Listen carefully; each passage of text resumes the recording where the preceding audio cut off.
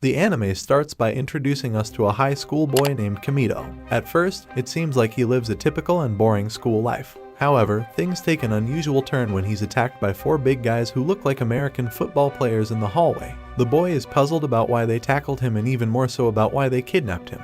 After a while, they leave him on the sidewalk and he is met by a girl named Miyuki, whom some might call a waifu. This girl, known as a waifu, tells him that she works for Japan's wealthiest families and the entire place they're in is a secret location. That's why they had to kidnap him and bring him there blindfolded. She explains that the reason he's there is because her bosses want him to attend the local school, which is also called the Seiken Female School. So, yes, this boy is going to study at an all-girls school. Kamito mentions he didn't request this transfer, but Miyuki says it doesn't matter since she's just following orders. She also mentions he should be thankful because he'll receive the best education in Japan. Afterward, they introduce him to the school's director. She explains that they brought the boy to the school because they've noticed that the girls at that school face social challenges when they graduate and enter the outside world. It's a shock for them to interact with men after going through high school without any contact.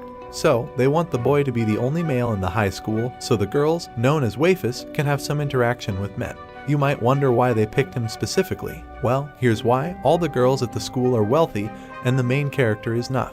He's almost broke. That's one of the reasons they chose him, because he's from a different background and they want the girls to get accustomed to dealing with people like him. Most of the people on the street are similar to him, but that's not the only reason. Miyuki, who is responsible for recruiting the main character, says the primary reason she chose him over other boys is because she thought he was attracted to other boys. She believed this would eliminate the risk of pregnancy. However, the boy corrects her, saying he's not attracted to men. In response, Miyuki warns him that if he actually likes women, she'll amputate his private parts to ensure no issues with their mission. The main character then pretends to be attracted to men to protect himself. Following this conversation, they take him to the classroom where his classes will begin, and he's warmly received by many girls. They're eager to meet him, partly because he's a boy and partly because he's not wealthy.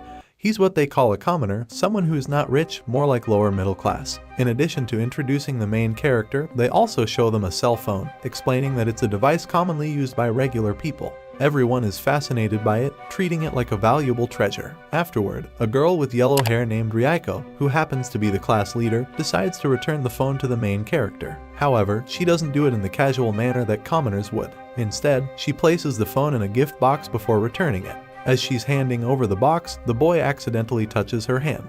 This touch causes the yellow-haired girl to suddenly withdraw. In her place, another girl with orange hair appears and urgently asks the main character to kiss her. This might seem rushed, but it's because this girl, named Eika, believes that kissing a commoner will grant any wish, although that's not the reality. The main character, Kamito, corrects her misconception, explaining that her belief is not true. This helps Eika understand, and she stops insisting. Soon after, the rest of the girls arrive, and Eika leaves the scene. Eika doesn't interact with the other girls for an unknown reason. After a while, they take the boy to show him the room where he'll sleep. They've set it up to resemble his old room, even with some posters he tears down to pretend he's not interested in women. Instead, they give him a magazine featuring muscular guys. Miyuki informs the boy that she'll be his personal maid, as everyone in the school has one to take care of their needs. When Miyuki leaves, Eika enters to continue talking with the protagonist. It's revealed that Eika's wish when she tried to kiss him was to become popular. The protagonist advises her that she doesn't need a miracle for that. She should start by socializing more and not running away from her classmates. Even though her intentions are not to be disliked, her actions have that effect. She genuinely wants to be popular and have many friends. As a sign of his friendship, the protagonist gives her a video game to cheer her up. Seeing the protagonist's social skills, Eika expresses her desire for him to teach her everything she needs to know to be like a commoner. So, she decides to start a club with the protagonist, and it's called the Commoners Club. It's just the two of them, but that still counts as a club. The main point is that the protagonist promised to teach her how commoners behave so that she can become more sociable and have many friends like him. The following morning, the protagonist wakes up for his first day at school, and he's surprised to find that Miyuki, his assigned maid, woke him up. She explains that it's customary for a maid to wake up their assigned person. After a while, she guides him out through the back door as he's like a celebrity, and they want to avoid drawing too much attention. However, they run into the orange-haired waifu, Eika, who keeps a close eye on the protagonist. Eika knows about the back exit because she often uses it to avoid her classmates while going to school. She takes this opportunity to carefully note down everything the protagonist says because she believes it's valuable information for her to learn how to be a commoner. Upon arriving at school, the protagonist is approached by Ryuko, who informs him that she and the rest of the class have prepared a welcome party for him in the auditorium.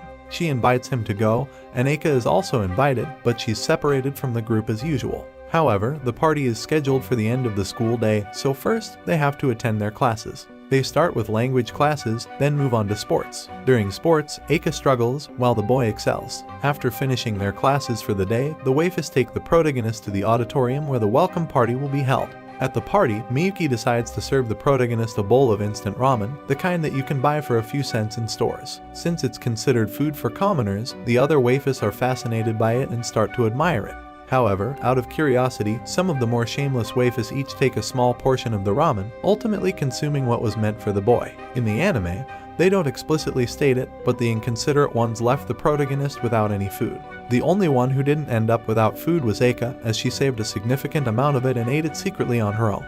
During the party, the time for dancing arrived, but the main character confessed to Ryuko that he didn't know how to dance to elegant songs. Instead, he suggested playing a Bad Bunny song, implying that they could dance with more intensity. While he may not have directly said this, he did express his unfamiliarity with elegant dancing. In response, Ryuko offered to teach him. During their lesson, they practiced some dance steps, ultimately culminating in a spectacular performance. This marked the end of the party. Later on, we find the protagonist in his room, teaching Eika how to be a commoner. He starts by showing her how to read manga, but instead of making her more like a commoner, it turns her into an otaku. Eika, being quite innocent, believes that what she reads in the manga is inspired by real events. So, she begins to consider trying to stop time like the manga character did.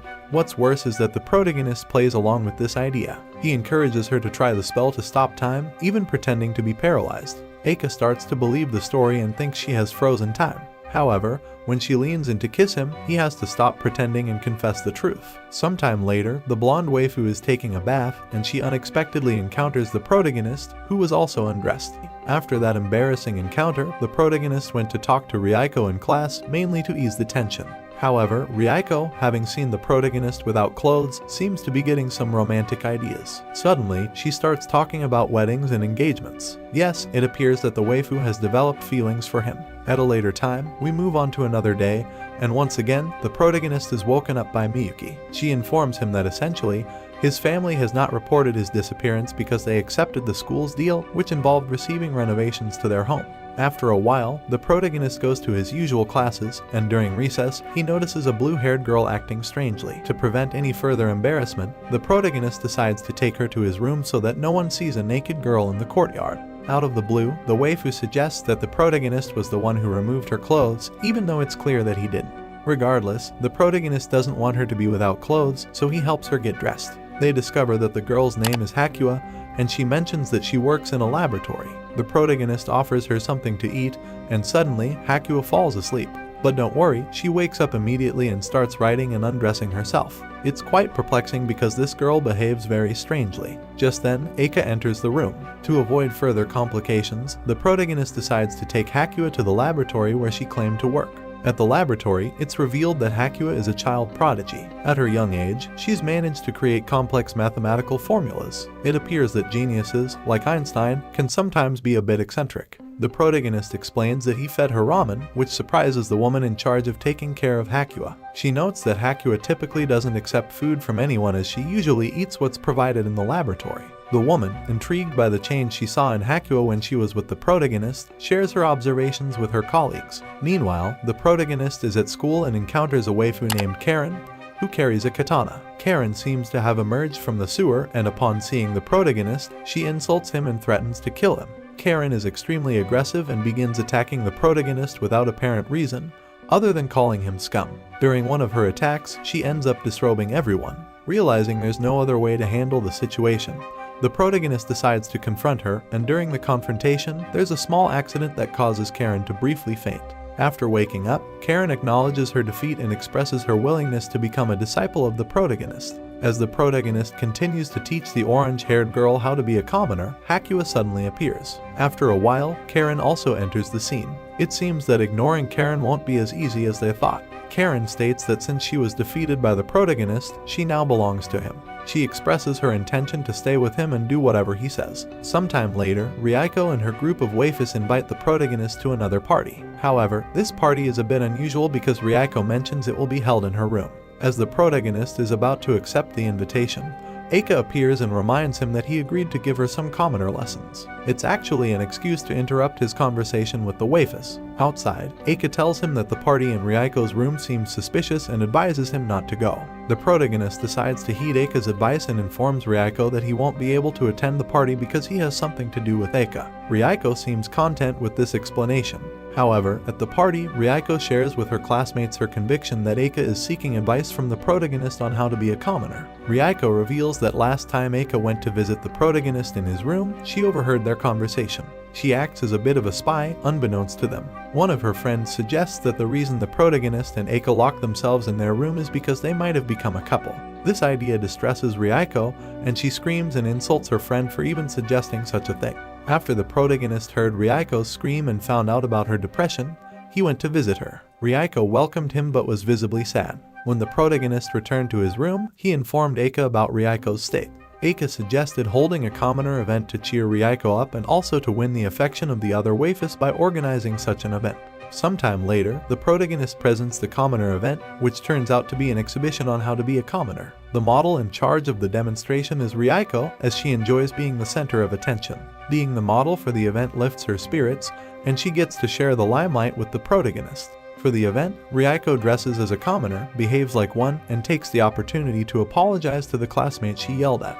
This gesture brings happiness to everyone involved. At the end of the event, Ryuko thanks the protagonist for making her feel better, but he insists that she should thank Eika as it was her idea. The protagonist's intention is for Ryuko and Eika to become friends. However, Ryuko takes this poorly because she already believes that Eika and the protagonist are dating. Ryuko rushes out to confront Eika, and when she finds her in the protagonist's room, she tells her that she hates her. Eika doesn't understand why Ryuko is so upset, as Ryuko should be grateful for the effort made to cheer her up. However, Ryuko's belief that Eika is stealing the protagonist from her causes her to remain angry, and they start fighting.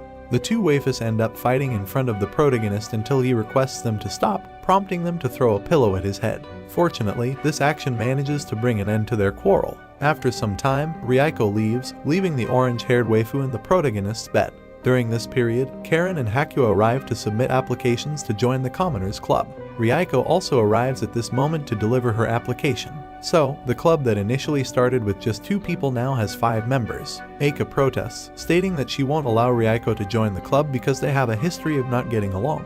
However, the protagonist suggests that by allowing Ryuko into the club, they might have a chance to improve their relationship and possibly even become friends. Although they don't seem to agree at the moment, the next day, the protagonist wakes up and notices that Hakuo is sleeping next to him, which is quite unusual because he had taken her to the laboratory the previous night.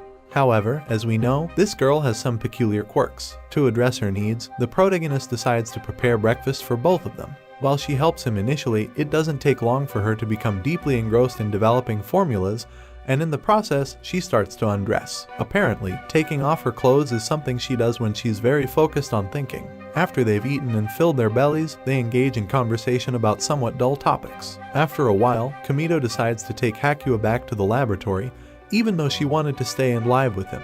The protagonist understands that he can't be living with a minor, and it's the responsible thing to do. Meanwhile, Eika and Ryuko, who are not supposed to get along, are now discussing Hakuo's desire to stay with the main character. The situation has made them realize that the enemy of my enemy is my friend. They are conspiring to take Hakuo away from the protagonist. As for Karen, she's expressing a desire to harm the main character, which is quite concerning. It seems that Karen's aggressive tendencies are still present. Later, they waited for Hakuo in Kamito's room and attempted to annoy her. However, Hakuo didn't pay attention to their efforts. Instead, she started solving equations and eventually fell asleep. Despite their initial plan to push her away, they ended up joining her in the protagonist's bed, where they could relax and rest. The woman who takes care of Hakuo later went looking for her, and Hakuo mentioned that even though the protagonist wasn't there, she had fun with her new friends. In the end, despite their attempts to annoy her, the waifus and Hakuo seem to have formed a bond and became friends. Later, the protagonist comes home and starts playing a video game where the waifu on the screen pretends to be his girlfriend. Eika enters and asks him why he is playing the game. The protagonist explains that a friend of his provides the voice for the character in the game, and he finds comfort in that voice. Eika immediately expresses her desire to meet the game character and becomes attached to her. Ryuko enters and finds the protagonist gone, so she waits for him in the room. During their wait, Eika and Ryuko start analyzing the things in the protagonist's room, beginning with his sleeves. They also explore the contents of his fridge and decide to have some soda. However, since they come from wealthy backgrounds and have never tried street soda before, when they feel the bubbles in their mouths, they spit out the soda, thinking it had expired or was spoiled. As a result, they end up wet and have to change into bathing suits. In their bathing suits, they start to argue and playfully fight when the protagonist returns and sees the awkward scene. Shocked by what he witnesses, he quickly runs away from the room. After some time, the director informs the protagonist that they have organized a trip for the waifus to experience life in a commoner's environment. They board a plane and head to their destination, where they find a whole tourist attraction with typical elements of everyday life for ordinary people. The destination appears to be a replica of a normal city, but there are no real people there. This is because a real city would be too crowded, which could overwhelm the waifus. The goal is to introduce them to things like traffic lights, pedestrian crossings, supermarkets, and restaurants. When they arrive at the restaurant, they are fascinated by the fact that common people have to wait in line to order food. They are also intrigued by the idea of ordering their own food, as they're usually pampered and never have to do such things. Ryuko is the first to attempt ordering, but she struggles to communicate with the server. Her biggest challenge, however, comes when she has to decide what to order from the menu. The protagonist steps in to help her. The rest of the waifus also lack experience in ordering fast food, so they all end up ordering the same combo of hamburgers, fries, and soda. In the game room of the shopping center, the protagonist teaches them how to use the plushies machine to grab plushies. In the dance room, several waifus attempt to imitate the dance moves of Michael Jackson, including Eika. Eika realizes that she can overcome her stage fright as she dances remarkably well. The other waifus are impressed and ask her to teach them more about commoner culture. Since Eika has been receiving private lessons from the protagonist, she seizes her moment of glory to share what she's learned with the others. This allows her to pass on her knowledge about commoner culture and activities. At a clothing store, Karen is caught trying on a blouse, but she doesn't know how to pay for it. The protagonist advises her to go to the checkout, but Karen, misunderstanding, thinks the protagonist is challenging her to a duel. Knowing that Karen is not normal, the protagonist decides to play along.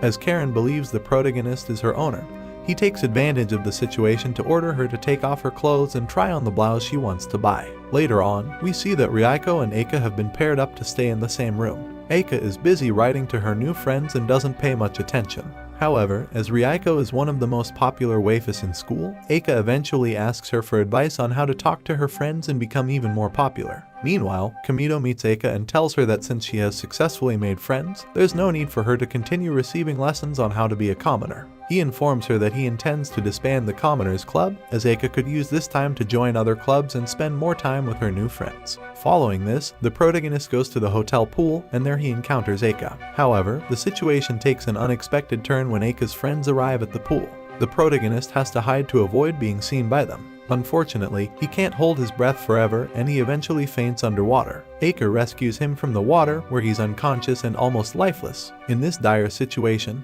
Eika has to perform mouth-to-mouth resuscitation to revive him. Just at that moment, her friends reappear and witness Eika giving the protagonist mouth-to-mouth resuscitation. When Kamito regains consciousness, he finds himself back in his bed. He doesn't understand why the waifus are whispering behind his back, as he was unaware of what happened. Eika informs him that the waifus believe he and she are dating because she gave him mouth-to-mouth resuscitation. As they discuss this, Karen appears and delivers her usual slaps, which has become somewhat of a regular occurrence for her. Back at school, Eika confesses the truth about what happened between her and the protagonist to the waifus in the club. Upon learning that it's all a misunderstanding, Ryuko is relieved and advises Eika to tell the truth to the protagonist. However, Eika decides to wait for the right moment, and this leads to an argument between them. It seems that such disputes have become somewhat normal for this group of waifus. Sometime later, Eika finds herself alone with the protagonist, but instead of telling him the truth about what happened between them when he was unconscious, she dresses as a plant and pretends to be a branch. The other three waifus, however, enter and witness this peculiar and somewhat odd scene. Following this, the five of them go to the protagonist's room and use an app on his cell phone to predict their futures. When it's Karen's turn, the app humorously labels her as a little crazy, much to her displeasure. Karen takes the phone from the protagonist and decides to use a different app that matches people based on compatibility criteria. Ryuko suggests they play with this app, hoping it might pair her with Kamito. Since they all want to know their compatibility with Kamito, they decide to start by testing Eika's compatibility with the protagonist. The result of this test shows a compatibility score of 80 out of 100, suggesting that Eika and the protagonist could be a very good couple. Eika is delighted by this result. Ryuko is eager to see if she can get a higher score than her rival, Eika. When they do the compatibility test, Ryuko and the protagonist score 90, indicating that they could potentially get married. Ryuko is overjoyed, and her excitement rivals Eika's disappointment when she finds out the result. Next is Hakua's turn, and as expected, her compatibility with the protagonist is low with a score of 50. It's clear that the app doesn't pair girls with older boys. Finally, it's Karen's turn. Initially, the app reports a compatibility score of 0 and warns that pairing Kamito with Karen could result in his death. However, it turns out there was a mistake, as the protagonist had entered the wrong ID number for Karen. When he corrects it, the app gives a score of 100, suggesting a perfect match between Kamito and Karen. Eika and Ryuko are demanding to know the results, and Karen joins in the dispute. In response to the situation, the protagonist and Karen decide to leave and go eat ice cream, presumably to take a break from the heated debate and enjoy a more pleasant activity. Sometime later, the protagonist wakes up once again under Miyuki's watchful gaze. He expresses his boredom at seeing her every time he wakes up and asks her to stop. However, Miyuki insists that it's her duty to wake him up, so he'll have to continue dealing with her presence. After a while, the protagonist leaves his room and is attacked by a crazy Karen in the hallway. Karen nearly cuts off his arm in the attack, but the protagonist manages to dodge it, and his shirt is the only casualty. Seeing his torn shirt, Karen invites him into her room, supposedly to compensate him for the injury. Inside her room, Karen offers him tea and takes the opportunity to show him the blouse she bought with him in mind. She starts sewing his shirt, and the protagonist comments that, after living with her, he's realized she's not as crazy as she seems. He mentions that the app's prediction of her being a good wife might be true. This makes Karen blush, and she decides to remove his other flannel under the pretense of making repairs. Just as the other waifus arrive, Karen hides with the protagonist in a closet. However, the closet is too small, and they end up falling out of it, creating a rather confusing scene for the other waifus to witness. After a while, the 5 of them gather in the protagonist's room, feeling a bit calmer. They start engaging in some casual conversation and nonsense. During this time, the protagonist suggests the idea of dressing the waifus as servants. The 4 waifus listen to the protagonist's suggestion and decide to go along with it, pretending to be waitresses. The protagonist seizes the opportunity to order some food and instructs them on how they should act to take his order. It seems the protagonist was hungry and used the excuse of teaching them to be waitresses as a way to get them to cook him something to eat. Ryuko starts singing with her terrible voice, causing significant damage to the entire auditorium. Haku is called in to clean up the mess. Later, the protagonist goes to the park, where one of the maids invites him to the laboratory. There, she shows him Hakua's work area, and the girl joins them. Together, they build a castle-like structure in the laboratory. After their activities, they all go to eat in the laboratory cafeteria. However, in the end, it's only the protagonist and the girl who eat, as the maids watch them with great excitement. The maids believe that there's something romantic going on between the protagonist and Hakua, even creating imaginary love stories in their heads. They even conspire to make sure the two end up together, and they serve their food with a romantic touch. The arrangement of the glass and straws indicates their playful involvement in this scheme. Miyuki, the boss of the maids, arrives, and everyone gets serious. The main character says goodbye and goes to their room. Later, the main character asks Eika to meet alone. Eika gets embarrassed and asks why. The main character doesn't say why but asks her to sit down and gives her a gift. When she opens it, it's a yellow outfit, and the main character says it will make her really popular in school. The main character shows her a picture of a very popular guy wearing the same yellow suit. The main character tells the girl that if she wears the suit and does the same greeting as he does, she'll become popular right away. This encourages her to put on the suit and start practicing the greeting. The main character notices she's having a hard time, so he teaches her the right way to do it. When he sees that she's gotten the hang of it, he's pleased. The protagonist encourages Eika to put on the yellow suit and rehearse the greeting he demonstrated. He teaches her the technique for the greeting, and she practices until she seems to have mastered it. Before Eika can confess that this won't make her popular, she leaves excited to put her newfound knowledge into practice. The protagonist tries to stop her, knowing she will likely be embarrassed in public. However, as he attempts to intervene, he accidentally collides with Miyuki. Eika ends up ahead of him, and Ryuko, being very curious, begins to follow and question her about where she's going in such a hurry. Eika tells Ryuko a fabricated story that Kamito confessed the commoner formula for popularity to her and taught her the special greeting. Ryuko believes the story and becomes envious, crying.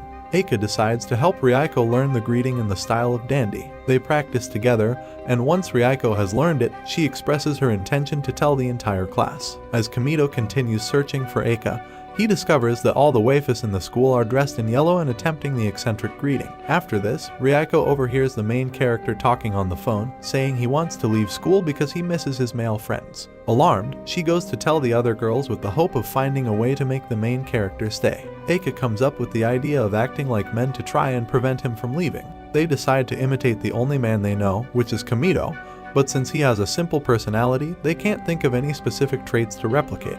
They decide to repeat the phrase "I like muscles," which they once heard Kamito say, to make it seem like they share a common interest with him.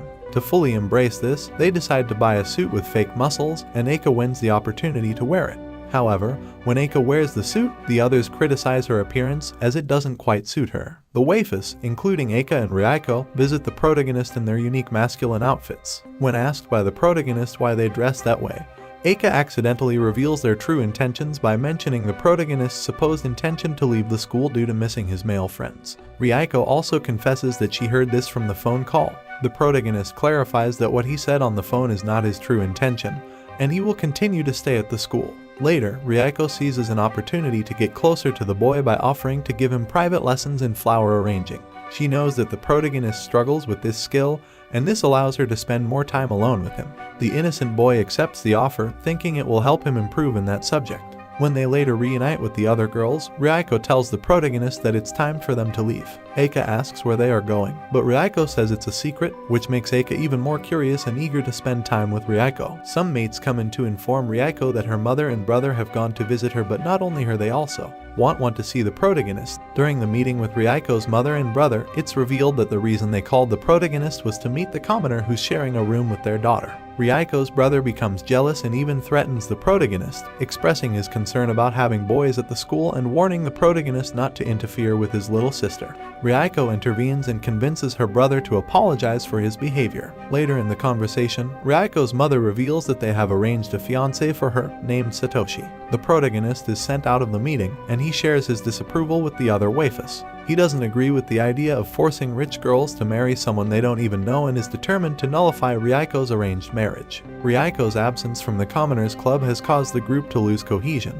and despite the fact that she often bickered with Eika, they both miss her presence because at least she kept the group alive. One day, Eika decides to call Ryuko to talk about her upcoming wedding. During their conversation, Ryuko confesses that she misses their arguments. Eventually, Eika asks Ryuko not to get married because she and the club need her. Ryuko tearfully expresses her desire to go back to school but doesn't know how to convince her mother. Eika assures her that she and the club will come up with a plan to cancel the wedding.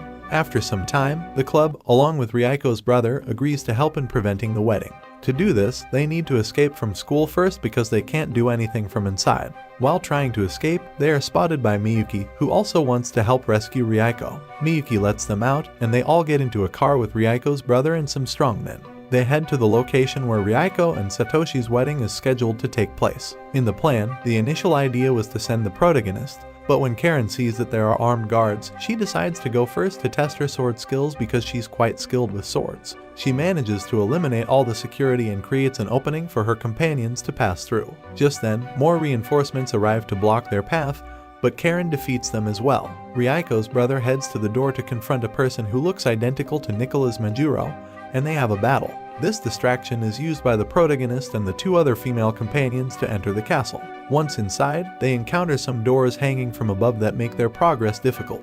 Fortunately, one of the strong men is there to assist Hakawa in reaching the control panel and deactivating these obstacles. Later, a transformer-like threat loomed, but Karen, dressed as a lady, came to the rescue by cutting off its leg and defeating it completely. After this, the protagonist continued on their journey and finally reached the location where Ryuko was. There, the protagonist expressed their opposition to Ryuko's marriage. However, Ryuko's mother doesn't pay much attention to the protagonist's opinion. She believes that Ryuko perfectly understands what's best for her, which is to marry the person of her choice. Eika also chimes in with her request to delay the marriage, mentioning how much she misses Ryuko and how they shouldn't force her into marrying so young. A powerful speech against the marriage follows from Eika, concluding with a popular greeting. Still, the elderly woman remains indifferent to the opinions of the others. She even punishes them for being too intense. However, Ryuko stands up and tells her mother that she doesn't want to get married. Her mother responds by saying that if she doesn't want to get married, she'll have to leave their house and live on the street. At this point, the protagonist steps in and offers to provide a place to stay at their house. They promise to convince their parents to adopt Ryuko, allowing her to become independent from her parents.